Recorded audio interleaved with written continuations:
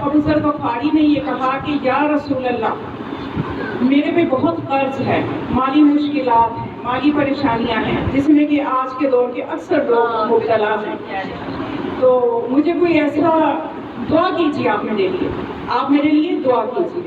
یہ سب سے آسان راستہ ہوتا ہے اپنے یعنی مشکلات کو دور کرنے کے لیے۔ ہم کسی کو بھی کہہ دیتے ہیں میرے لیے دعا کریں، تو یقیناً وہ رحمت للعالمین اور وہ ان کا دعا کرنا اور ان کی دعا کی تاثیر، ان کی دعا تو قبولیت کا درجہ رکھتی ہے۔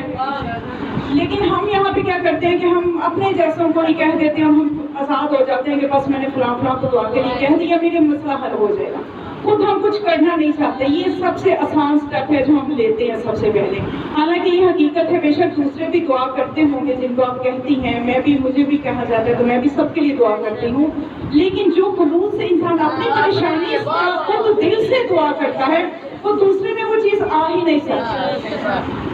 ہاں البتہ جو زمانے کا امام ہوتا ہے، جو روحانی باپ ہے پوری امت کا، وہ جس طرح سے دعا کرتے ہیں وہ خود انسان بھی اپنے لیے نہیں کر سکتا۔ یہ زمانے کے امام کی محبت اور خلوص ہے اپنے زمانے کے لوگوں کے۔ اور آپ جو کہ رسول ہیں وقت کے، تو جس طرح سے آپ دعا کریں گے اس طرح سے ابو ذر خود بھی اپنے لیے دعا نہیں کر سکتا۔ تو ابو ذر نے کہا کہ یا رسول اللہ اس طرح سے پریشانی آپ دعا کیجیے، تو رسول اللہ نے فرمایا کہ دعا تو میں یقیناً کروں گا، لیکن تھوڑا سا کام تم بھی کرو۔ وہ تم یہ کرو کہ جب بھی تم گھر میں داخل ہو اپنے اہل خانہ پہ سلام بھیجو، ان کو سلام کرو۔ اب یہاں پہ آ کے بھی ہم نے چونکہ اپنی مرضی کا دین لینا ہوتا ہے، ہمارے بہت سے مسئلے ہوتے ہیں، ہماری انا بھی ہوتی ہے۔ اگر ہم گھر میں داخل ہوں یا کوئی مرد گھر میں داخل ہو تو وہ کہ اچھا میں شوہر تو میں بیوی کو سلام کروں یا میں بچوں کو سلام کروں۔ حالانکہ معصومین کے در سے ہمیں کیا درس ملتا ہے؟ حدیث قصہ ہم 1400 سال سے پڑھ رہے ہیں، اس میں کیا ہوتا ہے کہ ہر باہر سے آنے والا سلام کر رہا ہے۔ مولا علی سلام کر رہے ہیں جناب زادہ کو، یہ نہیں کہ یہ میری بیوی ہے تو میں، رسول اللہ اپنی بیٹی کو سلام کر رہے ہیں۔ تو اگر حدیث قصہ کے ہی اخلاقی پہلوؤں کو ہم نے لیا ہوتا تو آج ہم پتہ نہیں کہاں کے کہاں پہنچ گئے ہوتے۔ تو اب ہمیں کیا درس ملا؟ جس نے باہر سے آنا ہے وہ سلام کرے، خاص طور پہ گھر کا مرد جب گھر میں داخل ہو اہل خانہ کو سلام کرے، خوش دلی کے ساتھ، تنگ دل ہو کے نہیں کہ رو جی میرے کچھ کم ہو رہا ہے میں سلام کر رہا ہوں، وہ سلام کرے، بس اتنا سب۔ اس میں دیکھیں نہ کوئی وقت لگنا ہے نہ اس میں کوئی پیسے خرچ ہو رہے ہیں۔ اس کے بعد آپ نے فرمایا سلام کرو جب تم گھر میں داخل ہو، اس کے بعد سورہ توحید پڑھ لو۔ سورہ توحید میں 1-2 منٹ سے زیادہ لگتے ہی نہیں، پھر تم دیکھنا تمہارے گھر میں کتنی برکتیں آتی ہیں۔ تو وہ راوی جس نے روایت کی وہ کہتے میں سن رہا تھا تو ابو ذر نے آگے ذہین پوچھنے والا، سوال کرنے والا بھی کوئی عام بندہ نہیں، ابو ذر غفاری ہیں، تو رسول اللہ سے پوچھا کہ یا رسول اللہ اگر گھر میں کوئی ہو نا، کبھی ایسا بھی تو ہوتا ہے، تو آپ نے فرمایا جب تم دروازہ کھولو گھر میں کوئی نہ ہو تو مجھ پہ اور میری آل پہ درود بھیج دو۔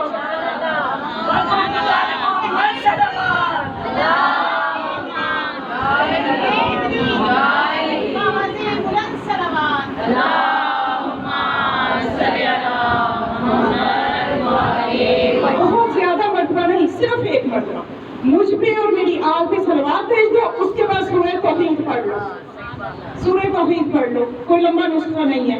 تو وہ راوی کہتے ہیں میں نے اپنی آنکھوں سے دیکھا کہ ایک وقت تھا کہ ابو ذر رسول خدا سے غربت کی شکایت کر رہا تھا، اور میں نے اپنی آنکھوں سے دیکھا کہ اب ایک وقت آیا کہ ابو ذر کے گھر کے باہر جو سائلین تھے، فقراء تھے، ان کی قطاریں لگی ہوئی تھی کہ اللہ کے دیے میں سے ہمیں بھی دو۔ یہ وہ چیزیں جو ہماری زندگی میں برکتیں ہیں۔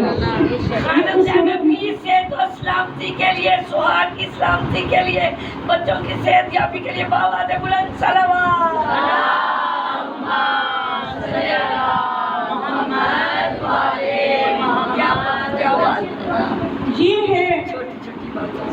یہ ہے اس در کی اگر ہمیں معرفت ہو جائے تو فقط یہ وہ گھرانہ ہے جو نہ صرف آپ کی دنیا کی ضمانت لیتا ہے، دنیا کی ضمانت لیتے ہوئے آپ کو پھر بھی نظر آ جائیں گے کئی پیر ایسے نظر آ جائیں گے، جی آپ کو میں دولت مند کر دوں گا، یہ کر دوں گا، وہ کر دوں گا۔ کتنا بھی بڑا پیر ہو جائے آخرت کی ضمانت نہیں لے سکتا، اس لیے کہ اسے اپنی آخرت کا ہی پتہ نہیں ہے۔ تو آخرت کی ضمانت وہی لوں گے جو آخرت کے محشر کے مالک ہوں گے۔ تو یقیناً جو زمانے کا امام ہوتا ہے وہ اپنی امت کا روحانی باپ ہوتا ہے۔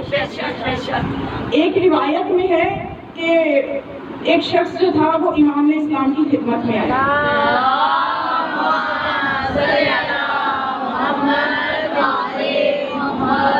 دمت الثاقبہ میں روایت موجود ہے. آگے تو کہتا ہے کہ امام باقر علیہ السلام کے پاس آیا اور آگے کہتا ہے کہ مولا آپ مجھے یہ بتائیے کہ امام کی حد کیا ہے. یعنی ہم نے ظاہر ہے ان سے توسل کرنا ہے, ان کو وسیلہ بنانا ہے. تو جو زمانے کا امام ہوتا ہے, جس زمانے کا امام ہوتا ہے, جو حجت خدا ہوتا ہے, اس کی حد کیا ہے, اس کے تصرفات کی حد کیا ہے, تو اس کا مقام کیا ہے. تو امام نے فرمایا کہ جو امام ہوتا ہے, جو زمانے کا امام ہوتا ہے, اس کو اپنے زمانے کے یعنی اس کی شخصیت میں اتنا روب ہوتا ہے کہ اس کی طرف آنکھ اٹھا کے نہیں دیکھا جا سکتا, اس کی طرف آنکھ اٹھا کے نہیں دیکھ سکتے. تو پھر اس نے پوچھا کہ آپ مولا یہ بتائیے کہ کیا وہ اپنے شیعوں کو جانتا ہے, اس کو پتہ ہے اس کے چاہنے والے کون ہیں اور اس کے دشمن کون ہیں.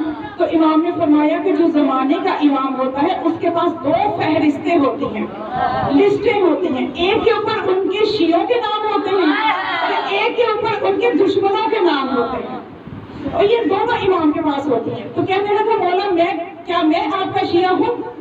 ظاہر ہے اسے پتا کہ میں ذرا امام کا امتحان ہوں. تو امام نے فرمایا ہاں تم ہمارے شیعہ ہو. پھر اس نے اپنے یقین کے لیے کہ مجھے کیسے یقین آئے کہ آپ کے پاس وہ فہرستیں یا زمانے کے امام کے پاس ہوتی ہیں, تو امام نے فرمایا کہ میں تمہیں اور جو میرے شیعہ ہیں جنہیں تم جانتے ہو ان سب کے آباء و اجداد آخری نسلوں تک کے نام بتا دوں. تو پھر کافی رہے گا. اس نے کہا کتنا کافی رہے گا. پھر امام نے اس کے اور اس کے دوستوں کے نام, ان کے آباء و اجداد 7-8 پیڑھیوں تک بتا دیے. تو کہنے لگا کتنا بس رک جائے, اتنا کافی, اس سے آگے تو میں بھی نہیں جانتا. یا امام المنتظر, یا امام المنتظر, وارث دستار اجل,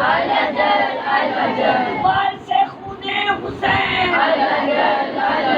وارث کون و مکان,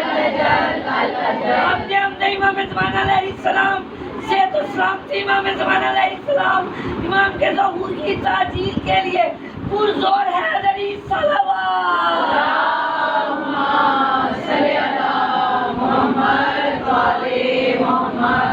تو یہ جس نازک دور سے ہم گزر رہے ہیں, ہمیں ہمارے امام نظر نہیں آتے. ہمارے امام, انہیں امام غائب نہ کہا کریں. ایک اور چیز میں آپ کو بتاؤں کہ امام غائب نہ کہا کریں. امام غائب نہیں ہے, ہم غائب ہیں. امام تو میدان میں موجود, ہمارا انتظار کر رہے ہیں کب میرا لشکر تیار ہو اور میں اپنے مظلوم جد کے ظالموں سے بدلا لوں.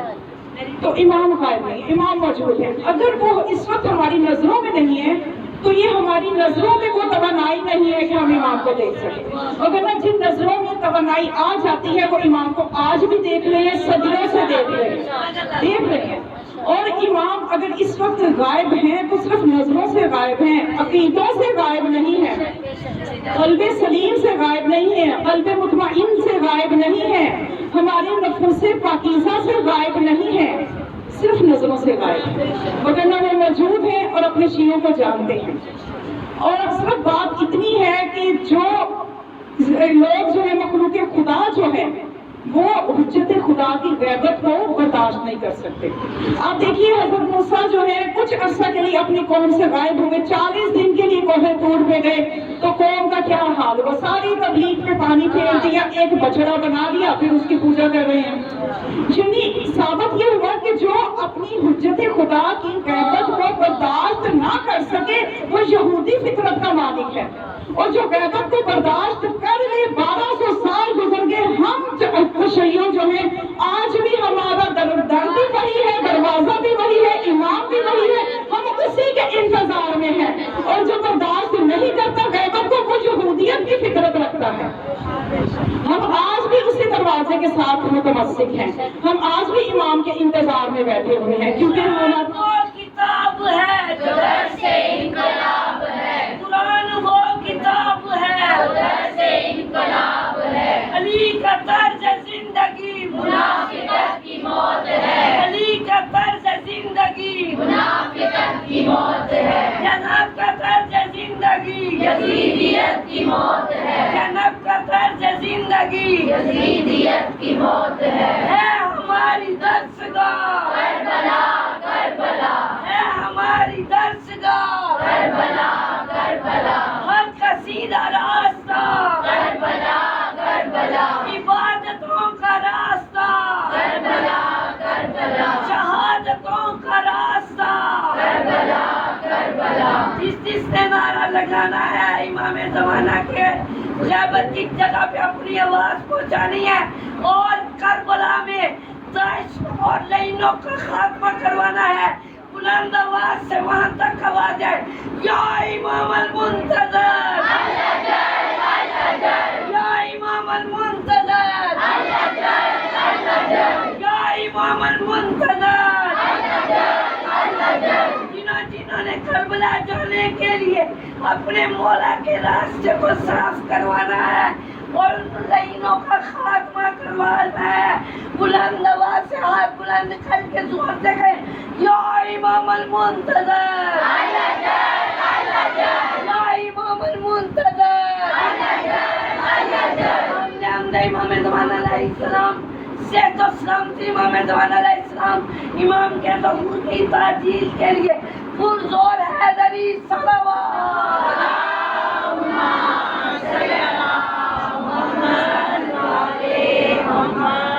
جلوائے حسن سے محروم ہے مایوس نہیں ہے. یعنی کہ ہم امام کو مایوس نہیں ہو رہے. مایوسی اللہ کے گھر میں گناہ ہے, ہم مایوس نہیں ہو رہے, لیکن محروم ہے کہ ابھی تک زیارت نہیں کر سکتے. جلوہ حسن سے محروم ہے مایوس نہیں. آسرا دید کا ہر دل نے لگا رکھا ہے. آسرا دید کا ہر دل نے لگا رکھا ہے. دل کی دھڑکن کو سمجھتی ہوں میں قدموں کی آہٹ. دل کی دھڑکن کو سمجھتی ہوں میں قدموں کی آہٹ.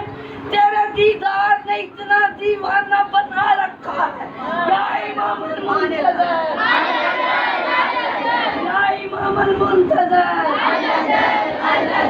یا امام اللجل اللجل.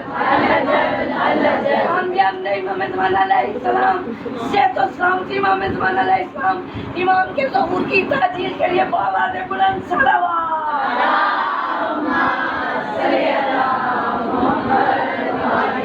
مجھے بھی یاد کروائی دیتی ہے. محبت ہے آپ کا, عشق ہے آپ کا, لیکن آپ کی قبولیت ابھی بھی نہیں رکھتی. السلام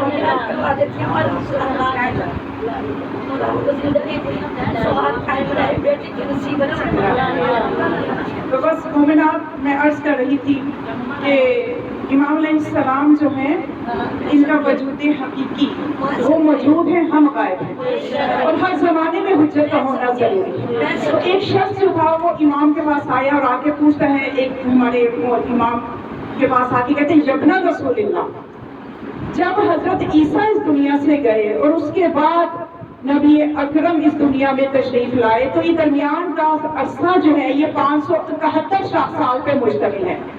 اور اس دوران کون حجت خدا تھا؟ اس دوران لاکھوں لوگ دنیا سے گئے, ان کے اعمال کا کیا ہوگا, وہ جنت میں کس طرح سے جائیں گے.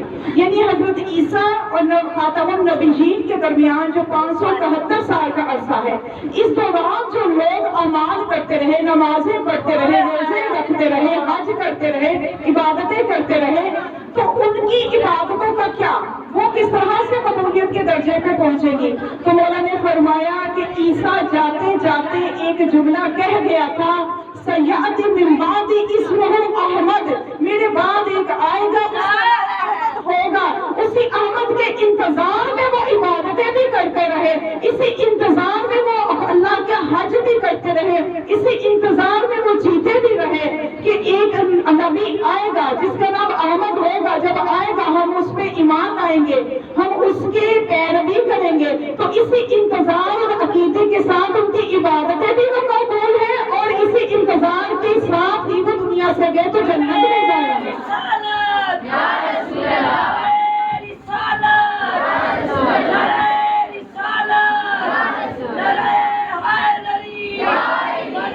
خدا خاتم الانبیاء بلند سے بلند تر صلوات. انتظار اتنی بڑی نعمت ہے کہ نبی کے انتظار میں وہ گئے, عبادتیں وہ کرتے رہے تو ان کی عبادتیں بھی امام کا انتظار کر رہے ہیں، اپنے امام کا انتظار کر رہے ہیں. تو اس میں آپ کو یہ دیکھنا ہوگا کہ ہمارا رتبہ کیا ہے. آج آپ اپنے آپ کو اس فرش عذاب پہ پہچانیں. جب تک انسان اپنے آپ کو پہچانتا نہیں ہے نا تو وہ گناہ بھی کر لیتا ہے اور وہ اپنے مرتبے کو نہ پہچانتے ہوئے اللہ کا صحیح طور سے شکر بھی ادا نہیں کرتا، مایوسی کی طرف چلا جاتا ہے. اس لیے ایک شخص جب مولا کائنات کے پاس آیا تھا اور آ کے کہنے لگا کہ یا علی میرے سے گناہ نہیں چھوٹتے، مولا میرے سے گناہ نہیں چھوٹتے، تو آپ نے ایک ہی لفظ ہی کہہ لیں اس کو کہ چھوٹی سی بات میں سمجھے گنزے میں سمندر جو تھا وہ آپ نے بند کر دیا اور آپ نے فرمایا، صرف اتنا فرمایا. آپ بھی سن لیں، اکرم نفسک اکرم نفسک اکرم نفسک، 3 دفعہ فرمایا کہ اپنا احترام کرو، اپنے نفس کو پہچانو. جب تم اپنے آپ کو پہچانو گے کہ میں کس مقصد کے لیے دنیا میں آیا ہوں، میرا مقصد کیا ہے، تو چھوٹی چھوٹی چیزوں میں الجھ کے زندگی خراب نہیں کرو گے. ہمارا المیہ یہ ہے کہ ہم اپنے مقصد سے ہٹے ہوئے ہیں اور ہم چھوٹے چھوٹے مسئلوں میں فلاں نے یہ کہہ دیا دل پہ لگا کے بیٹھ گئے، فلاں نے مجھے پوچھا نہیں دل پہ لگا کے بیٹھ گئے. میں یہ چیزیں ہمارا مقصد نہیں ہے. نکالیں اس چیز سے اپنے آپ کو، دیکھیے اللہ نے آپ کو پیدا کس لیے کیا ہے، اپنے آپ کو پہچانے. تو شیخ صدوق کمال الدین میں یہ روایت لکھتے ہیں اپنی کتاب میں، کہتے ہیں کہ کیا مرتبہ ہے ان لوگوں کا کہ جو غیبت کے زمانے میں زندگی بسر کر رہی ہیں. کہ امام جعفر صادق علیہ السلام یہ فرماتے ہیں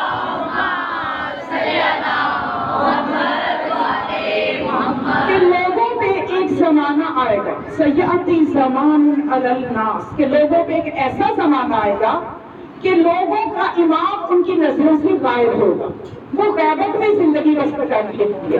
تو اس غیبت کے زمانے میں ان کا رتبہ یہ ہوگا کہ اگر وہ ہمارے امام کی غیبت کے عقیدے پہ ثابت قدم رہیں گے تو ان کو اللہ کی طرف سے خوشخبری یہ ملے گی کہ اللہ ان کو جو کم ترین ان کا اجر ہے.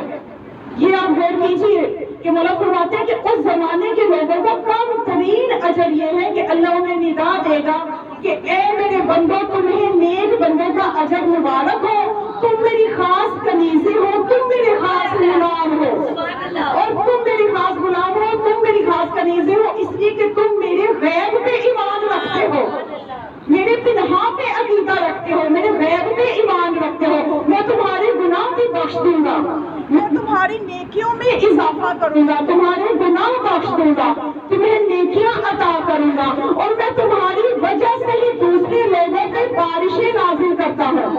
پہچانے اپنے آپ کو. خدا کہتے ہیں میں تمہاری وجہ سے رحمت کی بارشیں نازل کرتا ہوں، میں تمہاری وجہ سے ہی دوسرے لوگوں سے گناہ اور مصیبتوں کو دور کرتا ہوں، میں تمہاری وجہ سے دوسرے لوگوں سے مصیبتوں کو دور کرتا ہوں. اگر تم نہ ہوتے تو میں ان پہ اپنا عذاب کر دیتا. توجہ فرمائیں، یہ کس کے لیے؟ یہ ان لوگوں کے لیے، یہ ہمارے لیے کہ ہم اس عقیدے پہ قائم ہیں. اتنا رتبہ ہے غیبت میں زندگی گزارنے کا. لیکن یہ اس وقت ہے کہ جب ہم اپنے آپ کو پہچان کے زندگی گزاریں اور ہمارا امام، اس کی محبت ہمارے دل میں ہونی چاہیے. ہم غافل ہیں اپنے امام سے، ہمیں اعتراف کرنا چاہیے کہ ہمارے امام، زمانے کا امام جس کا ذکر سب سے زیادہ کرنا چاہیے، امام مظلوم سید الشہداء یہ فرماتے ہیں کہ میرے بیٹے مہدی کا زیادہ ذکر کرو. تم اس کا جتنا بھی ذکر کرتے ہو کم ہے. میرے بیٹے مہدی کے بارے میں زیادہ سے زیادہ لکھو، جو کچھ بھی لکھا ہے وہ کم ہے. جس نے میرے بیٹے مہدی کا ذکر کیا اس نے ہم صحابہ معصومین کا ذکر کیا. تو ہمیں صرف جمعے کے دن کے لیے مخصوص نہیں کرنا چاہیے، اپنی ہر محفل میں مولا کو یاد کرنا، اٹھتے بیٹھتے مولا کو یاد کرنا چاہیے، اٹھتے بیٹھتے ان کو سلام پیش کرنا چاہیے، ان کے لیے صدقہ نکالنا چاہیے، انہیں اپنی دعا میں مقدم رکھنا چاہیے. دیکھیے جب ہم امام کے لیے دعا کریں گے تو امام بھی ہمارے لیے دعا کریں گے. ہماری دعا میں تو کیا طاقت ہوگی، جو امام ہمیں دعا دیں گے وہ تو قبولیت کا درجہ رکھتی ہے. تو اس لیے جو زمانے کا امام ہوتا ہے وہ اپنے لوگوں کے لیے حفظ و امان کا باعث ہوتا ہے، حفظ و امان کا باعث ہوتا ہے.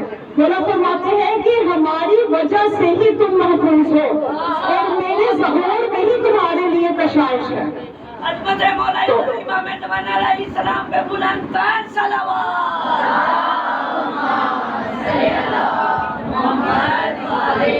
تو آج میں آپ کو امام علیہ السلام کا وہ قصیدہ سناتی ہوں. وہ قصیدہ جو میں نے نہیں لکھا، کسی بشر نے نہیں لکھا، کسی شاعر کی کیا مجال کہ ان ہستیوں کا قصیدہ بیان کر سکے۔ مولا کے وہ فضائل، مولا امام زمان اسلام کے وہ فضائل جو آپ سب جمعے کو زیارت امام زمان اسلام امید ہے کہ پڑھتے ہیں، لیکن اب کے بعد جب آپ یہ زیارت پڑھیں گے تو آپ کو پتا چلے گا ہم کس کی زیارت پڑھ رہے ہیں۔ اس کا ایک ایک جملہ امام کا قصیدہ ہے۔ کیا پڑھتے ہیں اس زیارت میں ہم؟ بہت مختصر زیارت ہے، ہر جمعے کو پڑھی جاتی ہے، اور لازمی ہر اس بندے کو جو یہ دعویٰ کرتا ہے کہ میں امام پہ ایمان رکھتا ہوں، اس کو وہ زیارت لازمی پڑھنی چاہیے۔ اور اس میں کوئی ضروری نہیں ہے کہ مطلب ایام مخصوص ہے تو نہیں پڑھنی، ہر وقت پڑھ سکتے ہیں، اس میں کوئی حرج نہیں ہے۔ تو وہ زیارت کیا ہے امام کی، ان جملوں پہ کبھی غور کر کے پڑھیے گا۔ اس میں کیا زیارت میں ہم پڑھتے ہیں؟ السلام علیکہ یا حجت اللہ فی ارضہ، اے خدا کی وہ حجت تجھ پر سلام جو زمین پر اللہ کی حجت ہے، جو زمین پر حجت ہے۔ کیا مطلب؟ کہ زمین پر جتنی بھی مخلوقات ہیں، جنوں انس شجر حجر اور جتنے درندے پرندے، سب میں آپ حجت ہے۔ صرف انسانوں پہ حجت نہیں ہے، ارض فی ارض ہی، یعنی اس تمام زمین پر حجت ہے۔ زمین پر حجت ہونے کا مطلب کہ زمین پر جتنی مخلوقات ہیں ان سب پہ آپ حجت ہے۔ تو اسی لیے جب امام سب پہ حجت ہے تو اس کے لیے ضروری ہے کہ اس کو زمین پہ جتنے لوگ رہتے ہیں سب کی زبانیں آتی ہوں، وہ محتاج نہ ہو کہ کسی کی مدد کرنی ہے، وسائل اپنی مصیبت بتا رہے ہیں، مولا کو زبان نہیں پتہ نہیں کون سی زبان میں۔ تو یہ امام کی معرفت ہمیں پھر نہیں ہے۔ جو زبانیں کا امام ہوتا ہے وہ سب کی زبانیں جانتا ہے، انسانوں کے بھی، حیوانوں کے بھی، پرندوں کو بھی، درندوں کے بھی، اور وہ اپنے جاننے چاہنے والوں کے دلوں کے رازوں سے بھی واقف ہوتا ہے۔ تو اس لیے سلام ہم جب پیش کرتے ہیں تو ذرا یہ سوچ کے کیا کریں کہ ہم کیا سلام، یا السلام علیکہ یا حجت اللہ فی ارضہ۔ اس کے بعد امام کے لیے ہم اگلا سلام پیش کرتے ہیں، السلام علیکہ یا سفینۃ النجات، اے نجات کی کشتی آپ کا سلام۔ کیسا خوبصورت کہ آپ نے جد حسین کے لیے رسول فرمائے ان الحسین مصباح الہدی و سفینۃ النجات، حسین نجات کی کشتی ہے۔ اور آپ کو بھی ہم آپ کے لیے جو زیارت میں الفاظ آئے ہیں، آپ کو بھی زیارت کی کشتی، آپ کو نجات کی کشتی کہا گیا ہے، سفینۃ النجات، آپ سفینۃ النجات ہیں۔ اور پھر آپ السلام علیکہ یا نور اللہ یہتدی بہ المہتدون، اے اللہ کا وہ نور کہ جس کے ذریعے سے ہدایت پانے والے ہدایت پاتے ہیں۔ یعنی ہمارے امام جو ہے وہ زمین پر اللہ کا نور ہے، وہ نور کہ جس کے بارے میں قرآن یہ کہتا ہے قُلْ اعْمَلُوا فَسَيَرَى اللَّهُ عَمَلَكُمْ وَرَسُولُهُ وَالْمُؤْمِنُونَ، کہ اے لوگوں تم عمال کرتے جاؤ، تمہارے اعمال کو خدا بھی دیکھ رہا ہے، رسول بھی دیکھ رہا ہے، اور تمہارے زمانے کا امام بھی دیکھ رہا ہے۔ یعنی خدا رسول کے ساتھ یہ امام بھی تمہارے اعمال کو دیکھ رہا ہے۔ اب یہ کتنی سوچیں کہ یہ کیسی فکر ہے کہ جب ہمیں عقیدہ ہے، ہم مانتے ہیں، زیارت میں پڑھ رہے ہیں کہ آپ وہ ہیں جو ہمارے اعمال کو دیکھ رہے ہیں، قرآن میں پڑھ رہے ہیں کہ آپ وہ ہیں جو ہمارے اعمال کو دیکھ رہے ہیں، تو پھر ہمیں کیسے جرأت ہو جاتی ہے کہ ہم پھر برائیاں کرتے ہیں، پھر ہم گناہ کرتے ہیں، پھر ہم جھوٹ بھی بولتے ہیں، غیبتیں بھی کرتے ہیں، بہتان بھی لگاتے ہیں، اشاروں سے چہرے بنا کے، لفظ گھما کے، دیکھ دیکھ کے ایک دوسرے کو ہنستے ہیں۔ یہ سب چیزیں کیسے جواب دیں گے زمانے کے امام کے سامنے جب ہم حاضر ہوں گے، جب ہم کھڑے ہوں گے محشر میں خدا کے سامنے؟ تو اس لیے خدا نے یہ انتظام کیا ہے، ہر زمانے میں اپنی حجت کو رکھا کہ یاد رکھو ہر زمانے کی حجت تمہارے اعمال کو دیکھ رہی ہے۔ اس لیے کوئی بھی عمل کرنے سے پہلے سوچ لو کہ امام دیکھ رہے ہیں، کوئی بھی نیت کرنے سے پہلے سوچ لو تمہاری نیت کو زمانے کا امام جانتا ہے، کیونکہ امام وہ ہے جو حجت ہے اپنے چاہنے والوں پر اور خدا کی تمام مخلوق پر حجت ہے۔ پھر اس میں ہم ایک جملہ یہ پڑھتے ہیں زیارت میں، السلام علیکہ یا عین الحیات، اے زندگی کا سرچشمہ آپ پر سلام۔ زندگی کا سرچشمہ یعنی سرچشمہ جیسے پانی کا سرچشمہ کہ جہاں سے پانی پھوٹتا ہے، یعنی جہاں پانی تقسیم ہوتا ہے اس چشمے کے صدقے سے تقسیم ہو رہا ہے، تو جہاں بھی حیات بٹ رہی ہے وہ امام زمانہ علیہ السلام کے صدقے سے بٹ رہی ہے۔ امام زمان علیہ السلام بلند تر صلوات محمد اور نون، یہ میں بچوں کے لیے وضاحت کر دوں، عین یا اور نون، عین یہ عربی زبان میں دو طرح کے معنی ہیں. عربی میں بعض اوقات ایک لفظ کے دو معنی بھی ہوتے ہیں، دو سے زیادہ بھی ہوتے ہیں. تو عین کا مطلب آنکھ بھی ہے، عین کا مطلب چشمہ بھی ہے. تو یہاں پہ چشمے کے معنی میں یا عین الحیاتی، اے زندگی کا حیات کا چشمہ آپ پر سلام. تو جو حیات کے چشمے کو سلام کرے گا وہ کیسے سوچ سکتا ہے کہ تو دوسروں کو حیات بانٹے؟ تو اس کی اپنی حیات جتنی مرضی لمبی ہو جائے، اس لیے کہ وہ حیات پہ بھی قدرت رکھتا ہے، وہ حیات کا بھی امام ہے، وہ زندگی کا بھی امام ہے. تو اب جو امام ہو حیات کا بھی، تو اس کی زندگی میں شک کرنے کی ضرورت کیا ہے؟ تو اس کی لمبی حیات میں شک کرنے کے بجائے اپنی جہالت کا ماتم کرے گا، ان کی حیات میں شک نہ کرے، اپنی جہالت کا ماتم کرے گا. تو اسی زیادت پہ ہم عین کو آنکھ کے معنی میں بھی پڑھتے ہیں. السلام علیکم یا عین اللہ فی خلقہ، اے خدا کی آنکھ جو اپنے مخلوق کو دیکھتی ہے. یعنی امام کو کیا خوبصورت قصیدہ ہے، امام کو کیا نعمت دیا جا رہا ہے. السلام علیکم یا عین اللہ، اے اللہ کی آنکھ، اے اللہ کی آنکھ. اب اللہ کی آنکھ کہاں کہاں نہیں دیکھ سکتی؟ اللہ سب کو دیکھتا ہے، کوئی اس کو نہیں دیکھ سکتا. تو امام سب کو دیکھ رہے ہیں، چاہے ہماری نظروں سے غائب ہے. اس لیے کہ زیارت پہ ہم اقرار کرتے ہیں السلام علیکم یا عین اللہ، اے اللہ کی آنکھ. تو اب یہاں پہ یہ نہیں دیکھیں کہ خدا نے، کیونکہ یہ ہستیاں جو ہیں یہ اللہ کی معرفت کا، اس کی صفات کو ظاہر کرنے کے لیے آئی ہیں.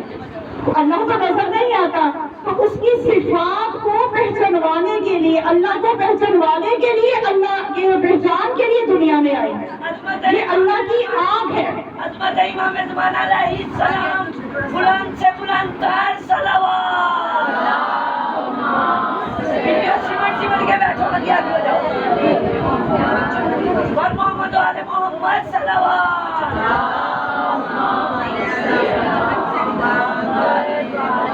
امام زمانہ کے دشمنوں پہ لعنت، امام زمانہ کے دشمنوں پہ لعنت. امام زمانہ علیہ السلام بلند تر صلوات.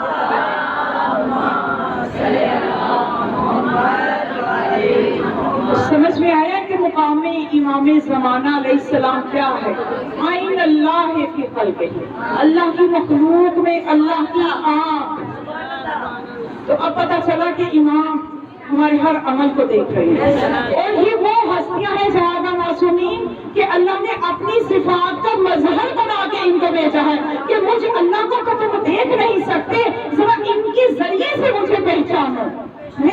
میں حمد کے لائق ہوں، ابتدا سے انتہا تک لائق حمد ہوں تو میں نے محمد بنایا. میں اعلیٰ ہوں، میری بلندی کو دیکھنا ہے تو میں نے علی بنایا. میں معبود پر حق ہوں تو میں نے عابد بنایا. میں محسن ہوں، میں نے حسن بنایا. میں فاطر السماوات ہوں تو میں نے فاطمہ بنائی. میں قدیم الاحسان ہوں تو میں نے حسین بنایا. میں معبود پر حق ہوں، میں نے عابد بنایا. اور میں عالم غیب و شہادہ ہوں، میں نے باقر العلوم کو پیدا کیا. میں صادق الوعد ہوں، میں نے صادق کو بنایا. میں ارحم الراحمین ہوں، موسیٰ کاظم کو بنایا. میں رضائے بانٹتا ہوں، علی رضا کو بنایا. میں تقویٰ کو محبوب رکھتا ہوں، تقی بنایا. میں نقی مزاج ہوں، نقی بنایا. میں صاحب ہیبت ہوں، حسن عسکری کو بنایا. میں غیبت رکھتا ہوں، غیبت الہیہ مہدی کو بنایا.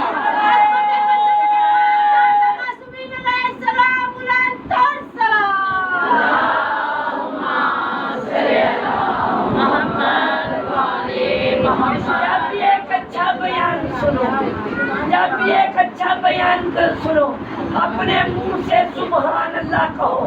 نہ تو وہ زبان کبھی فارغ میں مبتلا ہوتی ہے، نہ کبھی گندگی میں بولتی ہے. اپنی زبان کو اچھا بولنے کے لیے اچھے بیان پہ سبحان اللہ کہو. جنت میں ایک درخت لگاؤ اپنے لیے. جب بھی اچھا بیان سنو تو سبحان اللہ کہو. آگے پیچھے اتنا بولتے ہیں اچھے بیان پہ سبحان اللہ کیوں نہیں کہتے؟ بابا دے بلند صلوات.